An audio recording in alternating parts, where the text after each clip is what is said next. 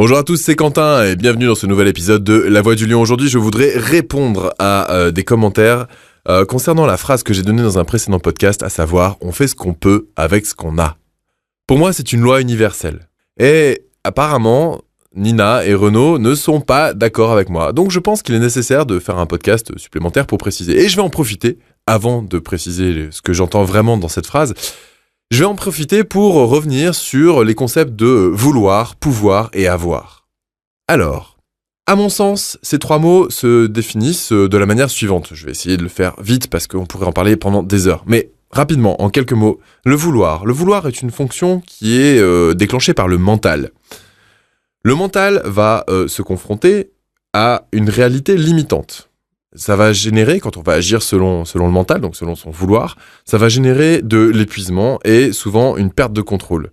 C'est ce que vivent les enfants quand ils font le caprice. Ils veulent quelque chose et quand ils sont face à cette réalité limitante, eh bien, ils ne supportent pas, ça crée une frustration et ils génèrent ce qu'on appelle communément un caprice. La difficulté pour le mental de se confronter à la réalité limitante.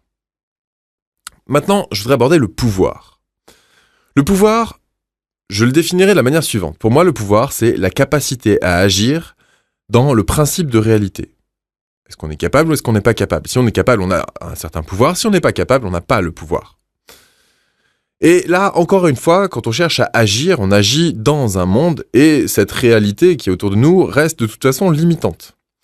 Sauf que quand on agit avec la force du pouvoir, eh bien, on invoque souvent des phrases du type « la fin justifie les moyens ». Et au final, qu'est-ce qui se passe ? Eh bien, il y a une perte, non pas de contrôle comme dans le vouloir, mais une perte de sens. Quand on est en manque de pouvoir, on fait pas des caprices comme les enfants, mais on a tendance à fuir dans des mondes virtuels ou à faire de la procrastination. Alors la fuite dans les mondes virtuels, ça peut être par des DVD ou des films. Typiquement, quand on a un pouvoir d'action qui est limité, qui est trop fortement limité par rapport à nos espérances internes, eh bien, très souvent, les hommes vont aller voir des films d'action pour pouvoir avoir la sensation qu'ils peuvent agir plus, qu'ils pourraient être des héros. Et puis, souvent, les personnes un peu plus ouvertes sur les émotions, donc majoritairement les femmes, vont préférer aller voir des films parlant de sentiments, parce que elles vont voir des personnes qui vont être capables, qui vont avoir le pouvoir de vivre leurs sentiments. Ok, donc on va aussi pouvoir fuir dans d'autres mondes virtuels, hein, les livres, les jeux vidéo, même Internet, oui, bien évidemment. Et donc ce manque de pouvoir qu'on ressent dans sa vie, on va chercher à le combler, à combler cette difficulté à agir dans le principe de réalité par des fuites dans des mondes virtuels. Maintenant, le troisième mot qui est avoir.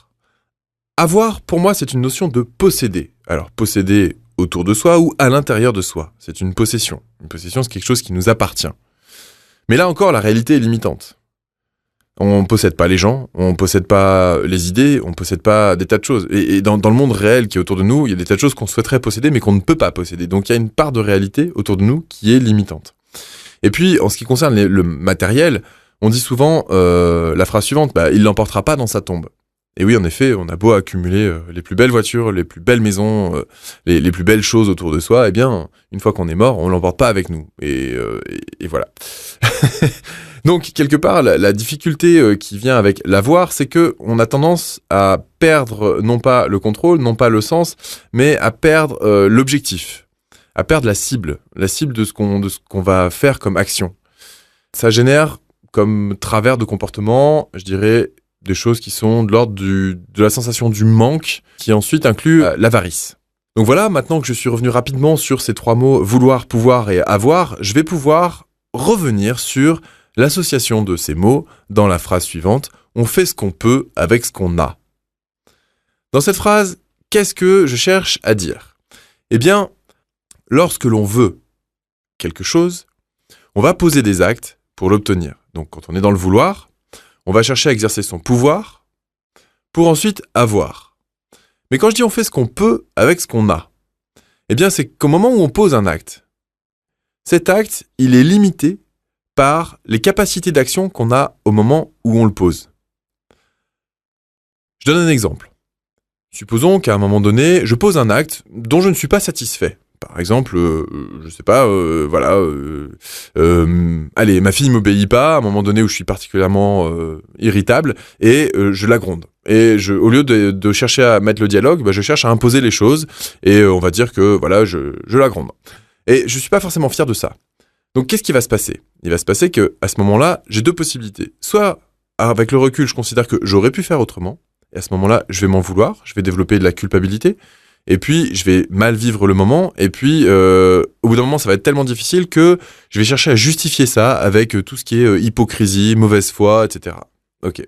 Histoire de pas revenir là-dessus parce que j'ai pas envie de le voir. Donc, je mets un mouchoir, le mouchoir de l'hypocrisie et de la mauvaise foi sur ces actes que j'ai posés. Et puis, il y a la deuxième manière de voir les choses, c'est de dire, ok, à ce moment-là où j'ai posé cet acte dont je ne suis pas spécialement fier, j'ai fait comme j'ai pu avec ce que j'avais.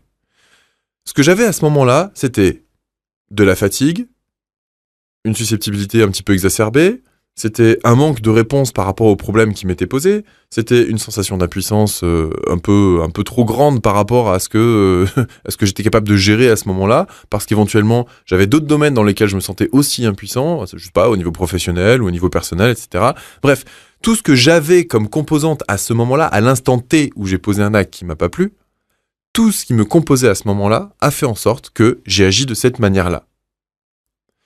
Et j'avais pas le choix. Ça s'est imposé à moi. Maintenant, avec le recul, je me rends compte que si je suis pas fier de ce que j'ai fait à ce moment-là, il faut que je me dote d'autres choses, donc que j'acquière de nouvelles connaissances, que j'acquière de nouvelles expériences, de nouvelles manières de réagir, de nouvelles perceptions du monde, pour pouvoir ultérieurement agir autrement. Donc quand je dis on fait ce qu'on peut avec ce qu'on a, c'est à l'instant T. Mais si on n'est pas satisfait de ce qu'on a fait, si on n'a pas atteint son objectif à ce moment-là, ça veut dire que ce qu'on a ne correspond pas à ce qu'on voudrait. Et on peut faire changer ce qu'on a en allant chercher autre chose. Et à ce moment-là, notre pouvoir d'action va s'agrandir parce qu'à l'intérieur de soi, on aura des réponses, on aura acquis des réponses différentes dans ce moment-là, dans ce genre de moment-là, dans ce genre de contexte. Mais alors là où ça devient hyper compliqué, cette histoire-là de on fait ce qu'on peut avec ce qu'on a, c'est que même dans la manière de faire évoluer ce qu'on a, eh bien là, on peut pas tous la même chose. Et c'est là où ça devient très très drôle. Et oui, parce que c'est ce qu'on appelle un petit peu la résilience, c'est-à-dire la capacité à rebondir sur une situation qui nous plaît pas pour pouvoir apprendre, se relever et faire autrement la fois d'après. Tout le monde n'a pas développé de la même manière cette capacité de résilience. Donc tout le monde n'a pas la notion de résilience en soi. Donc tout le monde n'a pas les moyens de faire changer ce qu'il a. Et il y a des gens, et franchement, je ne juge absolument pas, il y a des gens qui sont incapables de faire évoluer ce qu'ils ont. Et en plus de ça, petite nuance, c'est que, supposons que je sois capable de faire évoluer ce que j'ai, on va dire, dans le domaine du comportement. Ok. Mais peut-être que je suis pas capable de faire évoluer ce que j'ai dans d'autres domaines, dans le domaine, je sais pas, de la santé, dans le domaine de mes croyances limitantes, dans le domaine d'autres choses de cet ordre-là. Et peut-être que dans certains domaines, moi, je vais être incapable de faire évoluer les choses et une autre personne va être tout à fait capable et ses limites seront ailleurs. Donc quand je dis on fait ce qu'on peut avec ce qu'on a, c'est vraiment universel. Et même la capacité à se doter d'autre chose, tout le monde ne l'a pas ou ne l'a pas développé de la même manière. Donc on en revient toujours à cette phrase, on fait ce qu'on peut avec ce qu'on a. Ce qui compte dans l'histoire, c'est d'essayer de profiter au maximum de ces expériences pour se doter de nouvelles choses. Sur ce, bien évidemment, j'attends vos commentaires sur ce podcast un petit peu torturé au niveau des concepts et des idées. Et je vous souhaite un excellent week-end et je vous dis à lundi pour un prochain podcast.